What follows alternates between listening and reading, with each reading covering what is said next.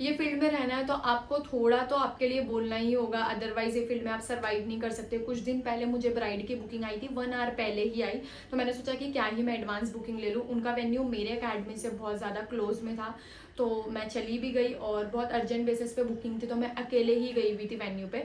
मैंने फटाफट उनका सारा मेकअप, हेयर स्टाइलिंग वगैरह सब कुछ किया। देन उसके बाद हुआ ये कि वो ब्राइड ने कहा कि मैं नीचे हॉल में जा रही हूँ, आपकी पेमेंट मेरे घर में से कोई कर देगा, आप जब तक पैकअप कर लो। हॉल में गई, 20 मिनट में खड़ी रही लिटरली, और उन्होंने कहा कि हम लोग पैसे नहीं लाए, हम पर्स भूल गए, तो आप है ना 2-3 दिन के बाद पैसे ले लो। मैंने कहा मैं आपको जानती ही नहीं हूँ, तो मैं 2-3 दिन के बाद तो आपसे पेमेंट ले ही नहीं सकती, मुझे 2-3 मिनट यानी अभी पैसे चाहिए मेरे।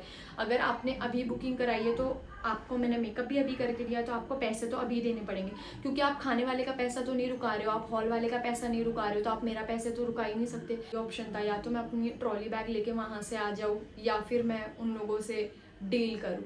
और मैंने सेकेंड ऑप्शन चूज़ किया, बिकॉज बैग उठा के आना तो मैं मेरी डिक्शनरी में था ही नहीं। मैंने कहा कि नहीं, मुझे मेरे पैसे अभी चाहिए, मुझे नहीं पता, ये तो आप लोग स्कैम कर रहे हो ना, ये तो सीधा सीधा स्कैम हो गया।